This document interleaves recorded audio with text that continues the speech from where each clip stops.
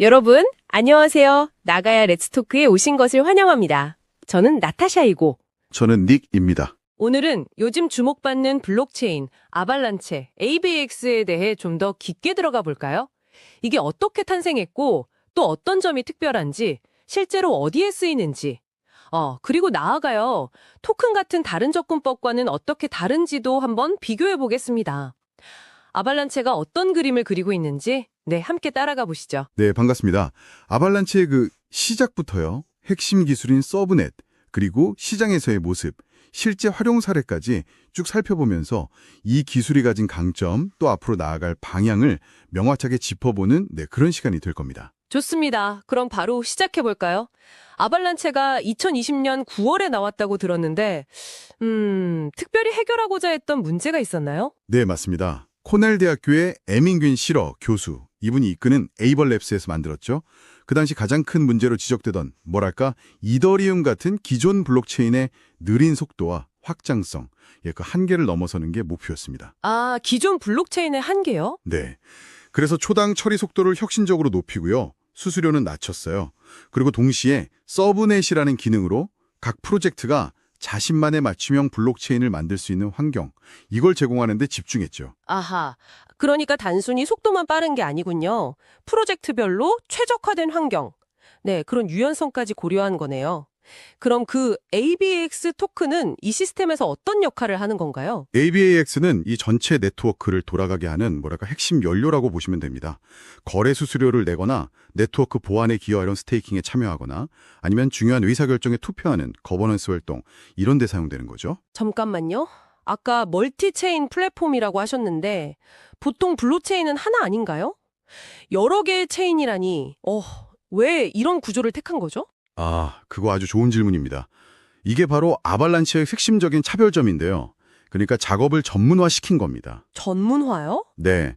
X체인은 자산을 만들고 빠르게 교환하는 데 특화되어 있고요. 실체인은 이더리움과 호환되는 스마트 계약 실행을 담당합니다. 그리고 P체인은 전체 네트워크의 검증자 관리와 이 중요한 서브넷 생성을 조율하죠. 아, 서브넷이요? 그게 구체적으로 어떤 이점을 주는 건가요? 네, 그 서브넷은 일종의 맞춤형 블록체인이라고 생각하시면 쉬워요.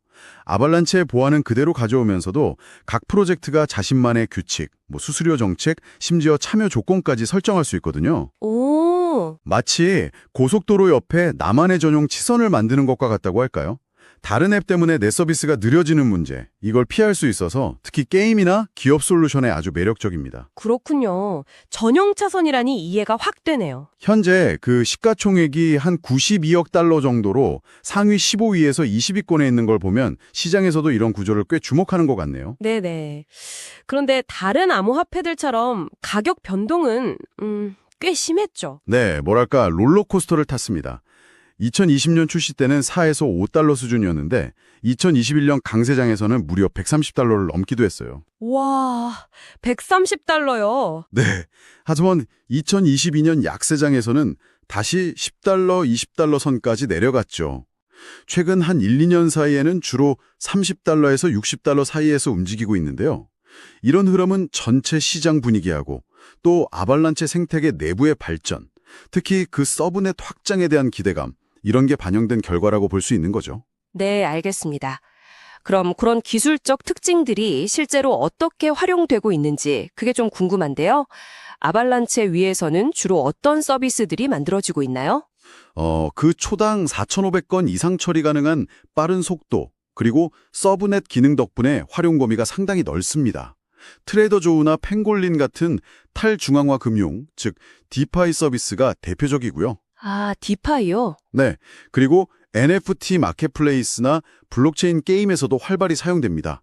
또 기업들의 관심도 높은데요.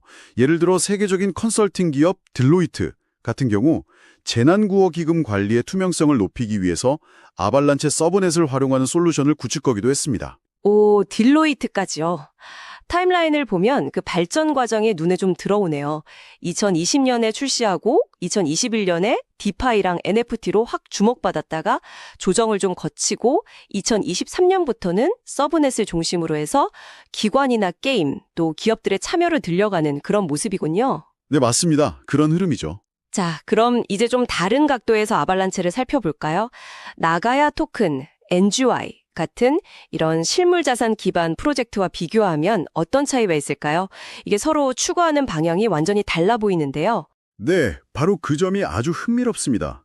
아발란체는 방금 말씀드린 것처럼 멀티체인 구조, 서브넷, 그리고 압도적인 속도, 이런 기술적 우위를 바탕으로 개발자나 기관, 웹3 프로젝트들을 위한 고성능 인프라를 제공하는 데 집중합니다. 뭐랄까, 블록체인 기술의 최전선을 달리는 실험실 같은 느낌이죠. 기술 실험실이요? 그렇죠. 반면에 나가야는 접근법이 완전히 다릅니다. 기술 자체보다는 실물 자산, RW와 연동된 토큰, NGY의 신뢰성, 그리고 현실 세계에서의 사용 가치, 이걸 강조해요. 일반 사용자나 소상공인들이 실제 결제 같은데 쉽게 사용할 수 있도록 하는 것이 목표죠. 아, 실사용 가치. 네, 이를 위해서 자체적인 검증 프로토콜 NGDP라는 걸 사용하고요. 그러니까 기술적 스펙보다는 믿을 수 있는 가치 조정 및 교환 수단이 되는데 초점을 맞춘다고 볼 수 있습니다. 들어보니까 명확하게 비교가 되네요. 아발란체는 최첨단 기술로 웹3 생태계 자체를 확장하려는 개발자나 기업에게 강력한 도구를 제공하지만 일반 사용자와의 직접적인 연결은 상대적으로 덜 강조하는 것 같고요. 네, 그런 면이 있죠. 나가야는 반대로 블록체인 기술을 실물 경제와 연결해서 그러니까 누구나 신뢰하고 사용할 수 있는 가치를 만드는 데 집중하는 거군요. 기술적 확장성보다는 실용성, 그렇죠. 안정성을 더 중요하게 보는 것 같고요. 정확합니다. 정말 딱 그거죠. 아발란체가 웹3의 기술적 토대를 쌓는 데 주력한다면 나가야는 그야말로 블록체인과 현실 경제를 잇는 그런 안전한 다리를 노려는 시도라고 볼 수 있습니다.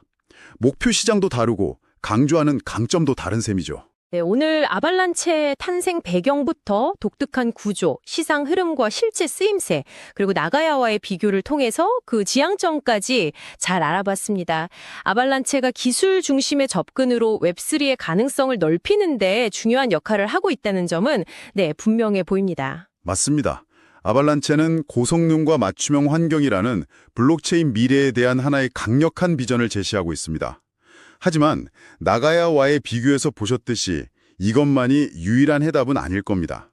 여기서 이런 질문을 한번 던져볼 수 있겠네요. 네, 어떤 질문이죠? 앞으로 블록체인이 정말 주류 기술로 자리 잡는 과정에서 과연 아발란체 같은 순수한 기술력이 시장을 지배하게 될까요? 아니면 나가야처럼 실물 자산과의 연계나 현실적인 쓰임새가 더 중요해질까요? 어쩌면 우리가 아직 상상하지 못한 새로운 형태의 하이브리드가 등장할지도 모릅니다. 이 질문에 대해서 한번 생각해 보시면 흥미로울 것 같습니다. 여러분의 의견을 댓글로 알려주세요. 다음 에피소드에서 만나요.